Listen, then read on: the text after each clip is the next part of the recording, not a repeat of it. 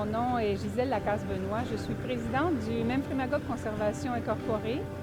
Le MCI est un organisme bénévole qui se consacre depuis plus de 40 ans à la protection de la santé environnementale du lac Memphremagog et de son bassin versant. C'est avec grand plaisir que je vous présente le biologiste Michel Dutot, qui nous guidera dans la mise en place de bonnes pratiques environnementales afin de réduire les impacts de nos activités humaines sur ce plan d'eau. Ceci nous permettra, entre autres, de réaliser que le majestueux Memphremagog est un précieux héritage que nous nous devons de sauvegarder et de préserver, non seulement pour les générations actuelles, mais surtout pour les générations futures. Moi, c'est Michel. J'avais participé à l'opération Santé du lac en 2004, où on avait décelé des limites d'usage quand même assez importantes sur le lac Memphremagog. Je suis biologiste, je suis spécialisé dans l'écologie des eaux aquatiques et puis je travaille la plupart du temps dans la lutte à l'érosion. Qu'est-ce qui se passe avec nos lacs en Estrie? Ce qui se passe avec plusieurs de nos lacs en Estrie, c'est qu'ils vivent une eutrophisation accélérée. C'est quoi l'eutrophisation accélérée? L'eutrophisation accélérée, ça veut dire que nos plans d'eau, ils vieillissent de façon prématurée. C'est quoi les symptômes? Les symptômes, ça peut être des choses comme les herbiers aquatiques qui se mettent à croître de façon démesurée. Nos zones de baignade, ils deviennent remplis de sédiments. L'oxygène dissous dans l'eau diminue de façon marquée aussi. Et puis, les cyanobactéries, ça peut être aussi un symptôme de l'eutrophisation accélérée. Les conséquences de l'eutrophisation accélérée, c'est des limites d'usage. Des limites d'usage telles que ça devient beaucoup moins intéressant d'aller se baigner parce que c'est plein d'algues, c'est plein de plantes aquatiques, le fond est boueux, donc c'est beaucoup moins intéressant d'aller se baigner. La pêche devient beaucoup moins intéressante aussi parce que les espèces sportives, ils désertent quand il y a moins d'oxygène dans l'eau. Et puis, les limites d'usage, ça va avec des choses comme la valeur de nos propriétés, on en prend un coup aussi.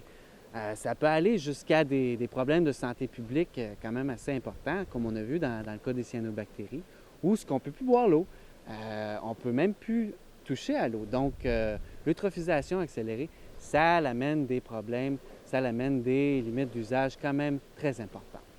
L'eutrophisation accélérée de nos lacs est causée par un apport excessif de phosphore et de sédiments dans nos plans d'eau. C'est à travers nos habitudes de vie, notre façon de consommer, notre façon d'occuper le territoire qu'on produit ce phosphore-là, ces sédiments-là. Qu'est-ce qu'on va faire pour ramener la santé de nos lacs? C'est qu'on va s'efforcer de ramener l'équilibre du phosphore. Qu'est-ce que je peux faire, moi, en tant que riverain, en tant que propriétaire d'un terrain, sur le bord d'un lac, d'une rivière, d'un cours d'eau, ou n'importe où ailleurs dans le bassin versant, pour contribuer à ramener la santé du lac? C'est que je vais faire attention à 3 choses très importantes. On parle de réduire les quantités de phosphore direct qui peuvent provenir de mon terrain. On parle de faire attention à l'entretien de mon système septique, puis on parle de faire attention de respecter la bande riveraine. Comment je vais faire pour diminuer le phosphore à la source? Je vais faire attention à 2 choses. Je vais faire attention, premièrement, à la quantité de fertilisant que j'utilise sur mon terrain, et puis ensuite, je vais faire attention à la quantité de phosphore qui est contenue dans les produits que j'utilise dans la maison. Pourquoi est-ce qu'il est important de diminuer le plus possible les apports d'engrais sur mon terrain? C'est parce qu'on dit qu'il y a jusqu'à 50 % du phosphore contenu dans les fertilisants qu'on épand sur nos terrains qui se ramasse dans notre réseau hydrique. Quand il pleut, tout le phosphore qui n'a pas été absorbé par les plantes terrestres, il est emporté par les eaux de ruissellement et puis il se retrouve à nourrir les plantes aquatiques, il se retrouve à nourrir les cyanobactéries dans certaines conditions. Donc, on va couper les apports de fertilisants le plus possible sur notre terrain. Ça ne veut pas dire d'avoir une pelouse jaunâtre puis une plate-bande anémique. Couper les apports de fertilisants, ça veut dire qu'on va faire attention aux espèces qu'on utilise. Comment est-ce que je fais pour savoir si les produits que j'utilise dans la maison contiennent du phosphore ou pas? Je vais regarder sur l'étiquette. Aujourd'hui, la plupart des grandes compagnies fabricantes de produits nettoyants à la maison, ils font très attention au contenu en phosphore. Pour m'assurer que mon système septique fonctionne bien, c'est pas sorcier, hein? Je vais juste regarder le niveau de la fosse de temps en temps et puis je vais procéder à vidange au besoin. Quand je vois des choses comme que le terrain reste humide un petit peu trop autour de l'élément épurateur, que le gazon, que l'herbe commence à pousser très dense, particulièrement verte foncée, qu'il y a des mauvaises odeurs qui se dégagent de ça, bien, ça veut probablement dire qu'il y a un problème, qu'il y a des fuites. Donc, il va falloir agir. On va contacter des professionnels dans ce cas-là. Qu'est-ce qu'on entend au juste par bande riveraine? La bande riveraine, c'est cette zone-là de 10 à 15 mètres entre le lac et notre zone résidentielle où ce que la végétation pousse librement. Quand on a encore des arbustes, des arbres sur notre terrain, il est super important de les conserver. Malheureusement, sur beaucoup trop de terrains résidentiels, on a procédé à la coupe des arbres, des arbustes. On fait pousser du gazon jusque sur le bord du lac, jusque sur le bord du muret de béton dans beaucoup de cas. C'est facile de concilier la vue sur le lac avec la bande riveraine avec le concept de la fenêtre verte. La fenêtre verte, ça veut dire que je vais élaguer quelques branches sur les arbres à la hauteur de la vue et puis je vais garder les arbustes, les herbacées en place. Comme ça, je vais m'assurer que la bande riveraine, elle peut garder toute sa fonctionnalité. Si chez moi, je décide que c'est le temps, j'ai envie de contribuer à la santé du lac, j'ai envie de ramener la bande riveraine, comment est-ce que je procède?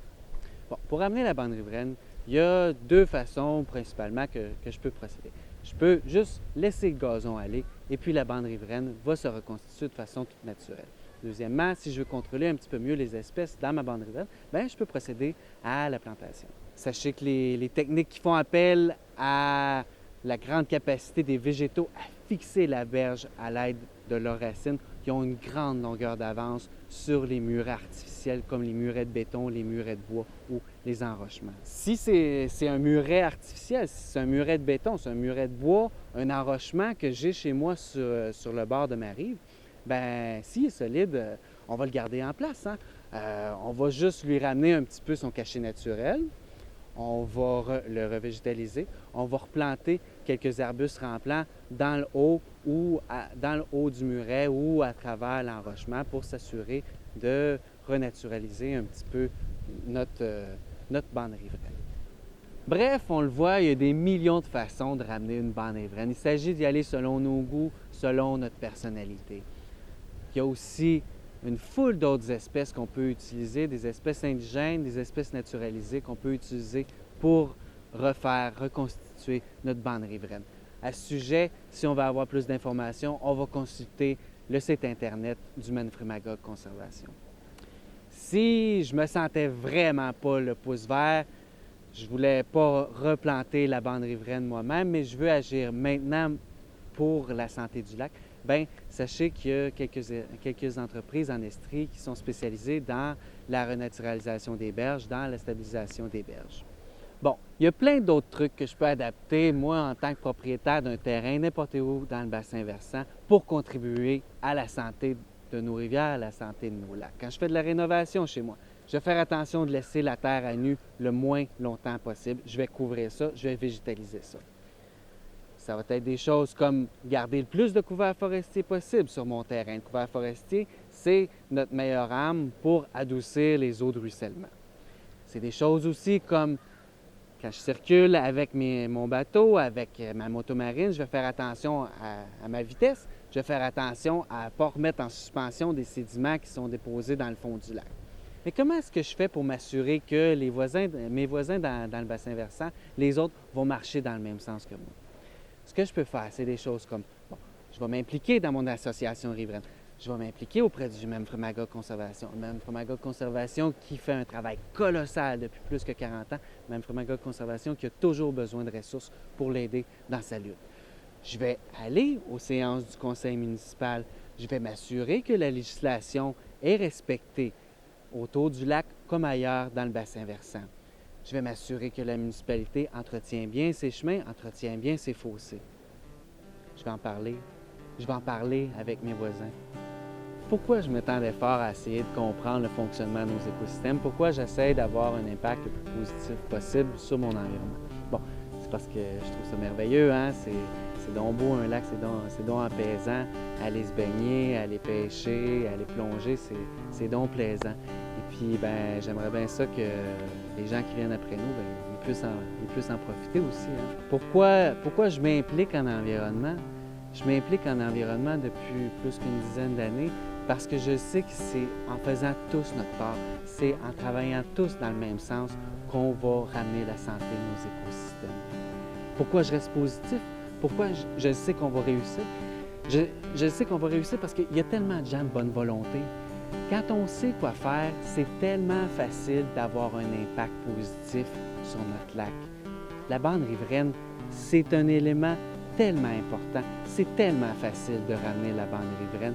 C'est une chose qu'on ne peut pas passer. On ne le dira jamais assez. Laissons donc la nature nous aider à travers le travail qu'elle est capable de faire pour ramener la santé de nos lacs.